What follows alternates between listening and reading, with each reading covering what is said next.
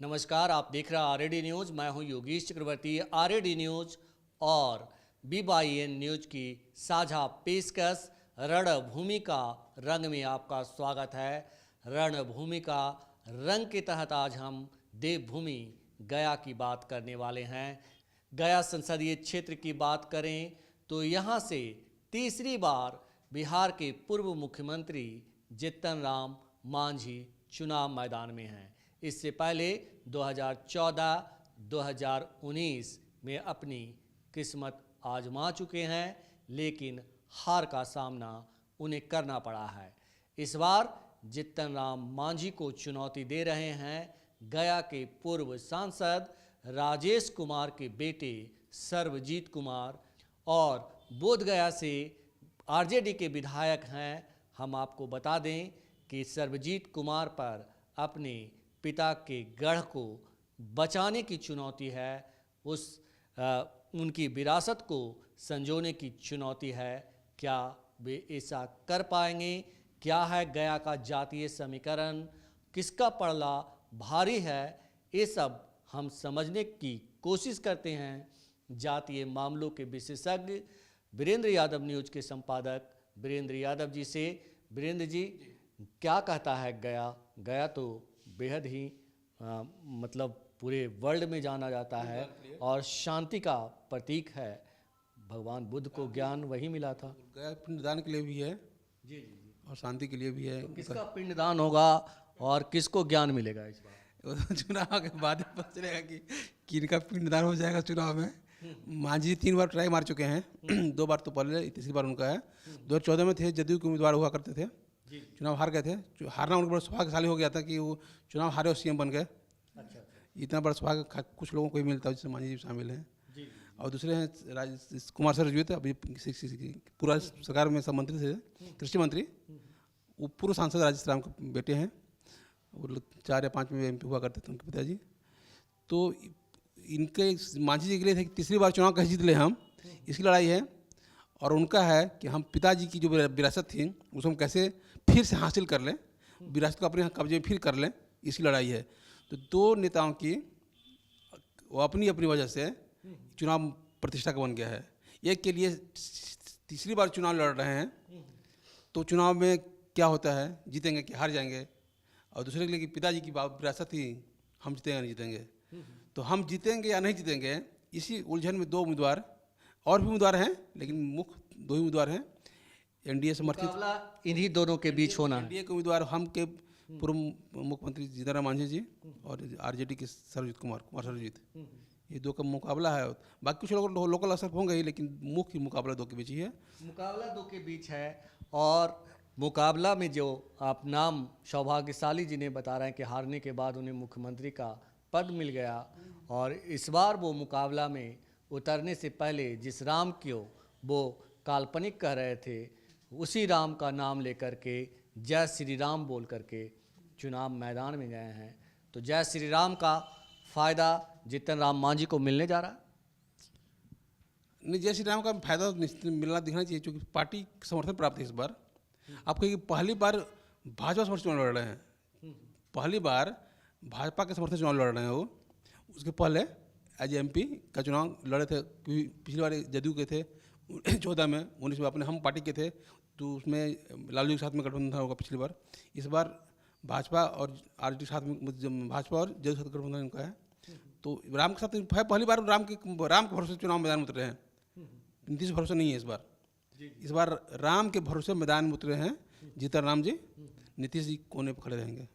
नीतीश जी कोने पे खड़े रहेंगे और कोने में खड़े होकर ही विधानसभा में इतना ज़बरदस्त भड़के थे उन पर, तो क्या उसका भी असर दिखेगा? मांझी बहुत इस मामले में संतुष्ट आदमी है।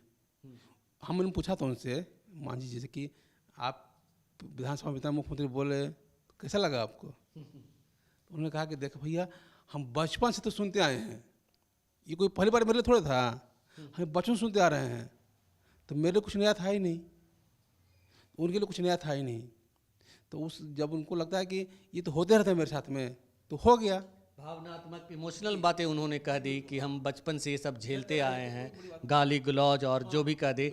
लेकिन मेरे कहने का मतलब है कि जिस जीतन राम मांझी से नीतीश कुमार इतना खार खाते हैं, क्या वो अपना एफर्ट लगाएंगे? देखिए, राजनीति में कोई की दुश्मन नहीं होता है।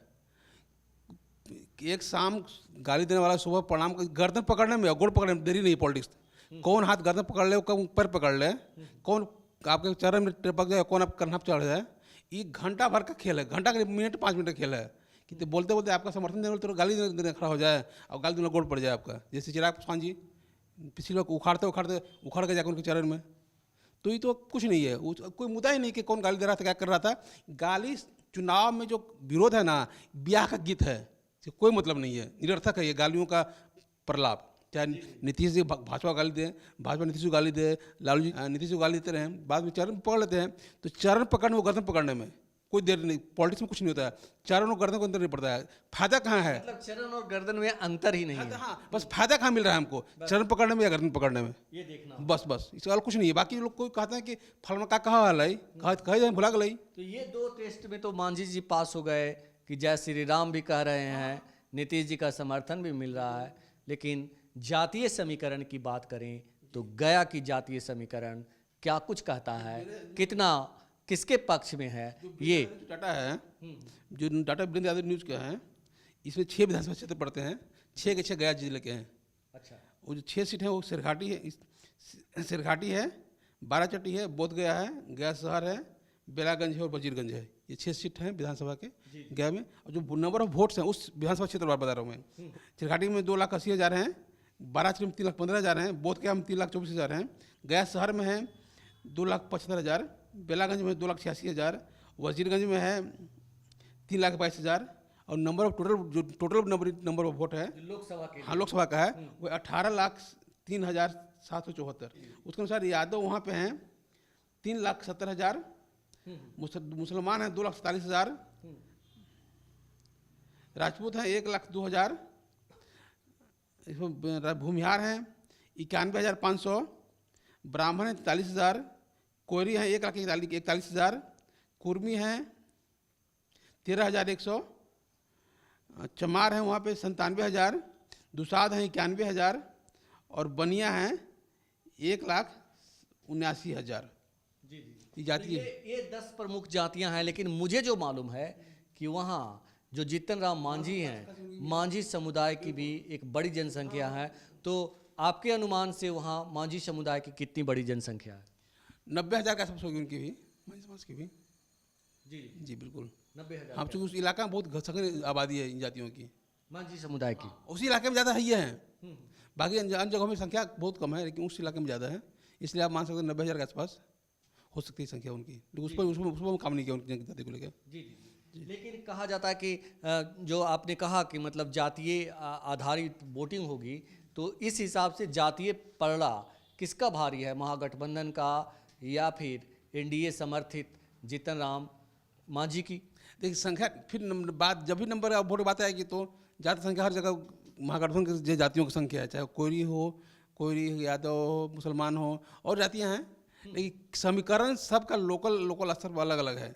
जैसे आपका हम औरंगाबाद में कुशवाहा पूरा देगा वोट आरजेडी को, लेकिन वही हम बात क्या लिख सकते हैं, वहाँ अलग तरह का समीकरण हो गया में। वो कहाँ जाएगा कुशवाहा, वो चुनाव तक प्रभावित होगा लोकल कारणों से, फिर सम्राट चौधरी का कारण है और कई वजह से अलग अलग कारण होंगे। उस हिसाब से कहिएगा तो फिर समीकरण बदल जाएगा। तो लेकिन ये जो कहा जा रहा है कि औरंगाबाद में जो है अभय कुशवाहा, नवादा में श्रवण कुशवाहा और मुंगेर में उधर जो है अशोक महतो, इन सब को टिकट दे करके लालू यादव ने कुशवाहा वोट बैंक पे कब्जा जमा लिया है और उस वोट प्रभावित करने की कोशिश की है। तो उसका प्रभाव कुछ पड़ेगा, वहाँ भी गया भी पड़ेगा। इसलिए कि मैंने एकदम जैसे कि था कि औरंगाबाद या नवादा में कुशवाहा देगा वोट थोक भाव से अगर आरजेडी को, वैसे वहाँ भी दे सकता है, लेकिन देगा किसी गारंटी नहीं है, क्योंकि वहाँ लोकल समीकरण बदल जाएगा। वहाँ उम्मीदवार कोई कुशवाहा नहीं है, कुशवाहा वोट करता है कुशवाहा उम्मीदवार को आँख मूंद के, बाकी प्रभाव पड़ता है। मालिक आभा कुशवाहा वहाँ गया जिले के ही रहने वाले, तो उनका और अपना प्रभाव होगा जाति के आधार पर। नेता रहे हैं, विधायक रहे हैं, अभी तक जदयू के राष्ट्रीय कार्यकारिणी के सदस्य हुआ करते थे, तो उनका बेस भी है, उसका प्रभाव पड़ेगा ही, क्यों नहीं पड़ेगा। लेकिन जाति के हिसाब पे ही सब कुछ निर्णय कर लीजिएगा, फैसला संभव नहीं है, न तो प्रैक्टिकल ही है। जी जी जब तक आप उस जमीन को जाकर नहीं देखेगा किसका माहौल किधर जा रहा है, तब तक हम यहाँ बैठ गया कि फलना जाती है तो जीत ही जाएगा या वहीं जाएगा, ऐसा कुछ नहीं है। आप ये कुछ आते हो बोल सकते हैं, शॉर्ट वोट देगा सब पूरा का पूरा, चूँकि एक दूसरा वहाँ कोई आपस आप जाते नहीं है कि भाई हम जाते हैं तो सब तो भाई एस सी वाले ही हैं, सब अनुसूचित जाति के ही हैं, तो कहीं मार नहीं, तो वहाँ बहुत आक्रामकता भी नहीं रहेगी। जो आक्रामकता जो औरंगाबाद में यादव में आक्रामकता होगी या राजपूतों में होगी, वो आक्रामकता हो नहीं रहेगी, वो आक्रामकता थोड़ा ढीली पड़ जाएगी। औरंगाबाद में पीएम मोदी की सभा हो चुकी है, ऐसे में क्या लगता है, और ये सोच करके सभा की गई थी कि वहाँ से कई इलाका जो आपका काराकाट, औरंगाबाद, गया, ये सब इलाके प्रभावित होंगे, तो क्या आपको लगता है कि मतलब सचमुच उसका प्रभाव अब तक रहा है? कुछ नहीं, मोदी जी आए भाषण दिए हो गए, प्रधानमंत्री के होने का सभा कोई अंतर नहीं पड़ने वाला है, क्योंकि जब भी अंतर पड़ेगा फिर लोकल समीकरण कास्ट से ज़्यादा कुछ है नहीं। मोदी जी पीएम है, जो काम कर रहे हैं देशव्यापी असर पड़ रहा है उसका, अच्छा है बुरा, जिस पार्टी का है, जिस धारा का है, वैसे उसको देख रहा है। अगर भाजपा या संघ के हैं तो लगता है कि मोदी बहुत अच्छा कर रहे हैं, उसके धारा के नहीं तो लोग विरोध करेंगे, स्वाभाविक चीज़ें हैं, लेकिन उसका बहुत असर चुनाव पर पड़ रहा है, ऐसा नहीं है। चुनाव का असर पड़ेगा लोकल जाति समीकरण ही। तो लोकल जाति समीकरण के हिसाब से आप कह रहे हैं कि महागठबंधन का पलड़ा ज़्यादा भारी है, लेकिन जीत किसकी होगी ये तय नहीं है। यहाँ तक संभव नहीं है, ये तो कभी जाति तय नहीं होगा, किस जाति का कैसी रही है, जहाँ की संख्या है या नहीं, कौन जाति का विधायक बन जाता है। आप कह रहे हैं कि जो है जाति आधारित वोटिंग होती है, फिर कह रहे हैं जीत किसकी होगी तय ही नहीं है। क्यों वोटिंग होना, लेकिन वोटिंग 100% नहीं जाति आधार पर होता है। बोले कुछ जातियाँ हैं जो करती हैं, लेकिन सब थोड़ा करता है ऐसा। देखिए जो छोटी जातियाँ हैं, दिखा 2000 आबादी, 4000 आबादी, हम उसको गिनते ही नहीं है। इसे हम भी जब डाटा बना रहे थे तो 10 कास्ट क्यों गिने हम, क्योंकि इसलिए कि लोग उसी 10 जातियों में है, उसकी टोटल संख्या 40 से 40% या 50% होगा, बाकी 50% कहाँ जा रहा है वो तो हमको पता नहीं है। और उनकी आबादी क्या है, हम तो 10 की बात कर रहा हूँ ना, अगर 18 लाख है तो हम 9 लाख की बात कर रहे हैं, 12 लाख की बात कर रहे हैं, बाकी 6 लाख तो बहुत वोट बिखरा हुआ है ना, जो हमारा हाथ में ही नहीं हो, इसको हम जान नहीं रहे क्या है वोट। लेकिन बड़ा सवाल ये है कि आप कहते हैं कि जो पासवान समुदाय है, पासवान जाति का वोट जो है चिराग पासवान के साथ घूमता है, उनके पॉकेट में है, तो क्या सर्वजीत कुमार जो पासवान जाति से उन्हें आते हैं, उन्हें गया में पासवान समुदाय सपोर्ट करेगा कि नहीं करेगा? हाँ बिल्कुल करेगा, लेकिन शब्द ऐसा नहीं है, कुछ उसके नाम पे जाएगा जो चिराग पासवान का वोटर है, क्योंकि ये भी पासवान है।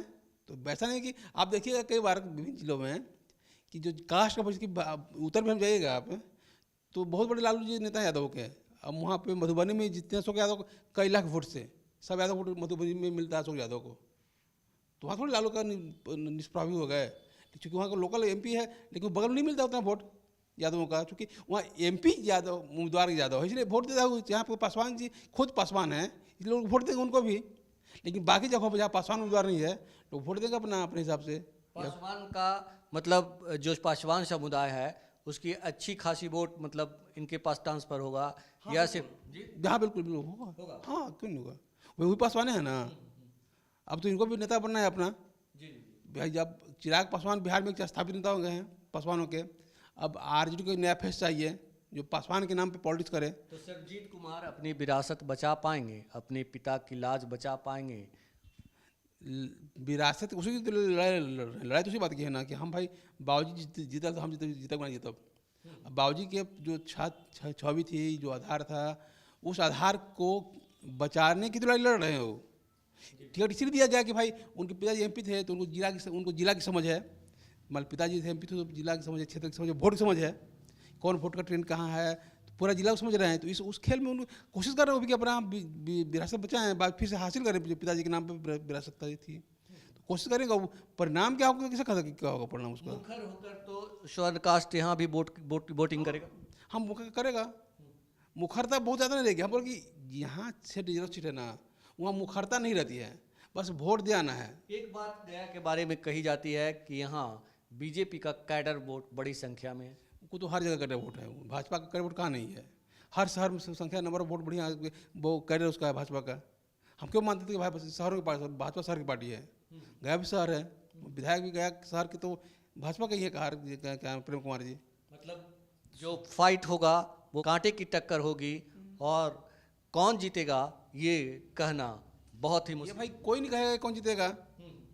जो हमें ये चुनाव क्या हो रहा है, हमें लोग बैठे तय कर लेंगे यहाँ पे चुनाव क्या भाई। उसके लिए जमीन है, लड़ाई लड़ रहे हैं, वोट कैसे हासिल करें उसकी रणनीति बना रहे हैं, वोट को जोड़ने के प्रयास कर रहे हैं। भावना तो जता ही सकते हैं। नहीं, संभावना भी जता देंगे भाई कौन जीतेगा। हम लोग वोट कहाँ जा रहा है, किसका जा रहा है, ये कर सकते हैं आकलन। लेकिन ये जो आपके यहाँ 10 जातियों का समीकरण है, हाँ, ये इन 10 वो शिफ्टिंग नहीं की 100% वोट वही चले जाए उठा गए सब वही। ये नंबर ऑफ संख्या बता रहे हैं हम, नंबर ऑफ वोट नहीं बताया कि उसको वोटा वही मिली सब ओकरे मिलते ही, हम ही नहीं बता रहे हैं। हम सिर्फ नंबर संख्या का वोट बता रहे हैं, वोट संख्या बता रहे हैं जी। तो जातियों के आंकड़ों के आधार पर बात करें तो महागठबंधन का पलड़ा भारी है, लेकिन कौन जीतेगा ये कोई दावा नहीं कर सकता, क्योंकि किस तरह किस मुद्दे पर वोट किसके तरफ शिफ्ट होगा ये अभी कोई नहीं जानता। ये चुनाव नतीजे के बाद ही सामने आएगा। फिलहाल इतना ही।